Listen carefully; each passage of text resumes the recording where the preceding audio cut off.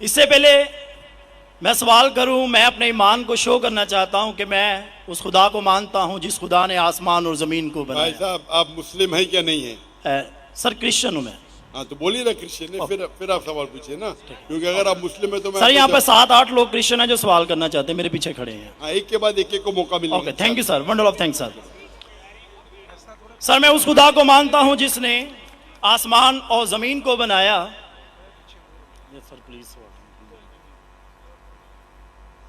खुदा यीशु मसीह को जो कुंवारी मरियम से पैदा हुए, सलीब पर हुए, दफन हुए, तीसरे दिन मुर्दों में से जी उठे और आसमान पर चले गए। मेरा ईमान है कि वो हमको लेने के लिए आएंगे। मेरा सवाल है आज का सर कि बाइबल मुकद्दस में सिर्फ एक शादी की परमिशन है और होली कुरान में 4 शादियों की परमिशन है, और मुस्लिम्स कहते हैं कि हमारा फेथ उस वक्त तक कंप्लीट नहीं होता जब तक हम बाइबल पर ईमान ना रखें।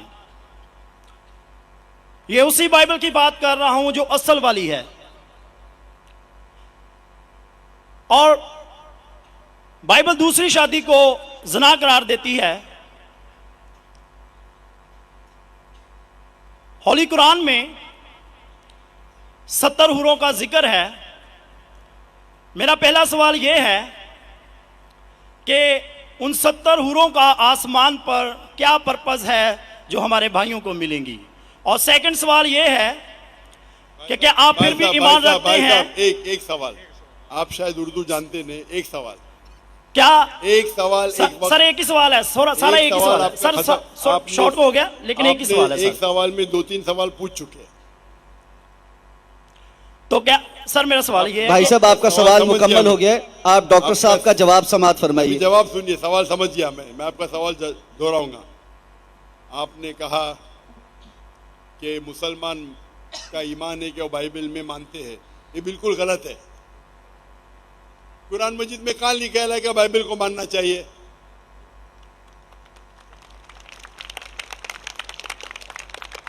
अपने आप उनके सवाल में इतने गलतियां थे, मैं सवाल दोहराऊंगा।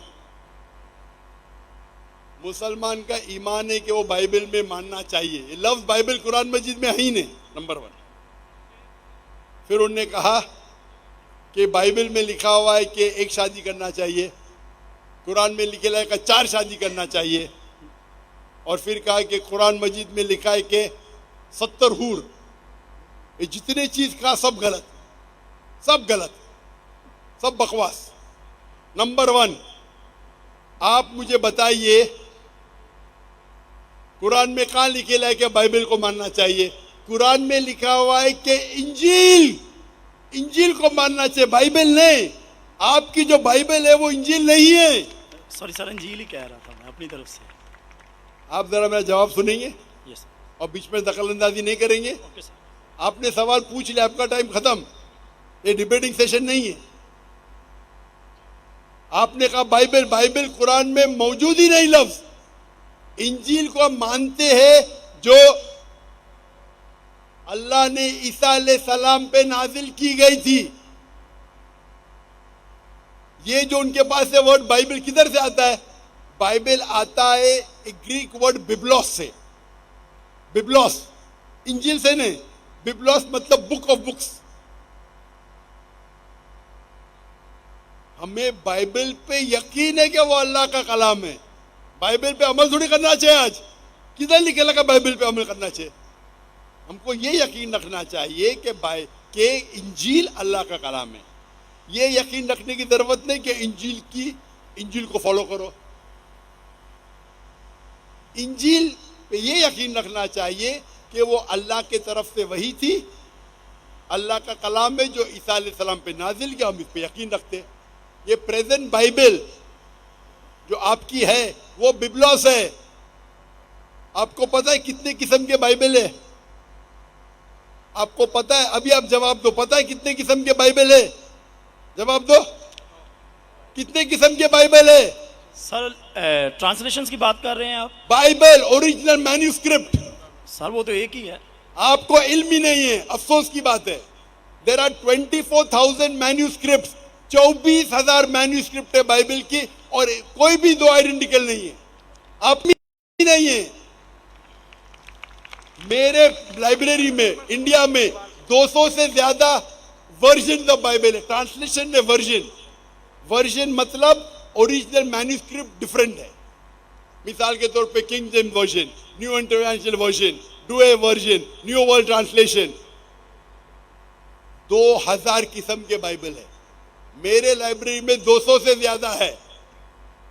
आपको इल्म ही नहीं है और आप सवाल पूछने आते जैसे आप पादरी है। अफसोस की बात है, आपका इल्म ही नहीं है। जितने सवाल आपने किए तीनों, सब में खता थी। नंबर 1, बाइबल लफ्ज कुरान में नहीं है। नंबर 2, काबी ने लिखा कि बाइबल पे अमल करो। ये ईमान रखो कि इंजील अल्लाह का कलाम है। हम मुसलमान मानते हैं कि इंजील अल्लाह का कलाम है, लेकिन जो बाइबल आज है वो इंजील नहीं है, वो मिलावट है। अल्लाह का कलाम होगा कुछ चीज जो कुरान से मिलती है, हमें कोई इतराज नहीं। पैगंबर का कलाम है, हिस्टोरियन से पोर्नोग्राफी है, पोर्नोग्राफी। जैसे मैंने पहले भाई को कहा, अगर आप मुझे 1 अरब रुपया भी देंगे तो मैं एज़ेकिएल चैप्टर 24 पढ़ ही नहीं सकता हूं, क्योंकि वो पोर्नोग्राफी है।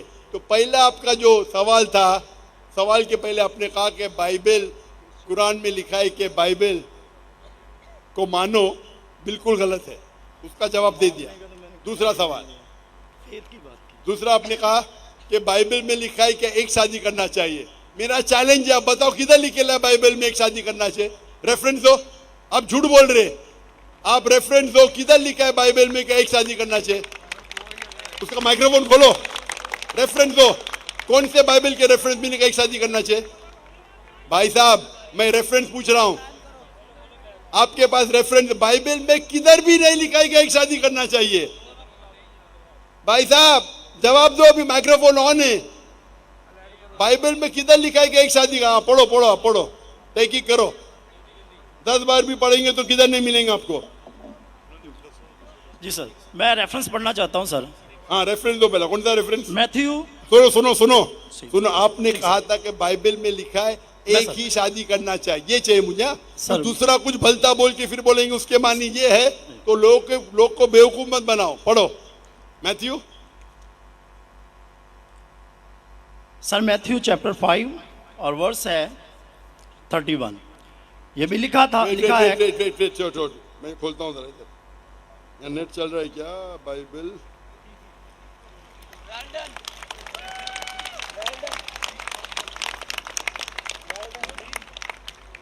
Bible Matthew 5 verse 31। हाँ पढ़ो पढ़ो। जी सर,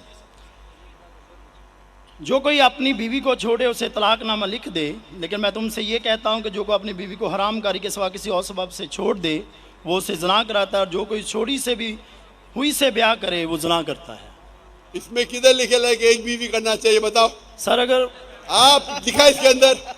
सर यहाँ पे बात आप लोग का वक्त क्यों जाया कर रहे हैं? सर कॉन्टेक्स्ट ये बता रहा है वक्त कि क्यों दूसरी जाया शादी कर रहे करेगा हैं? तो वो ज़ना करेगा। अगर अपनी बीवी को डिवोर्स देगा, अन्य डिवोर्स देना ईसाईयत में हराम है। सिर्फ उस वक्त डिवोर्स दे सकता है जब वो किसी दूसरे के साथ जिना करती है।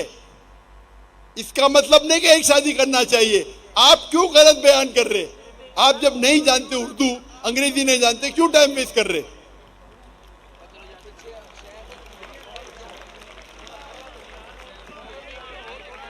It has been said of the old times.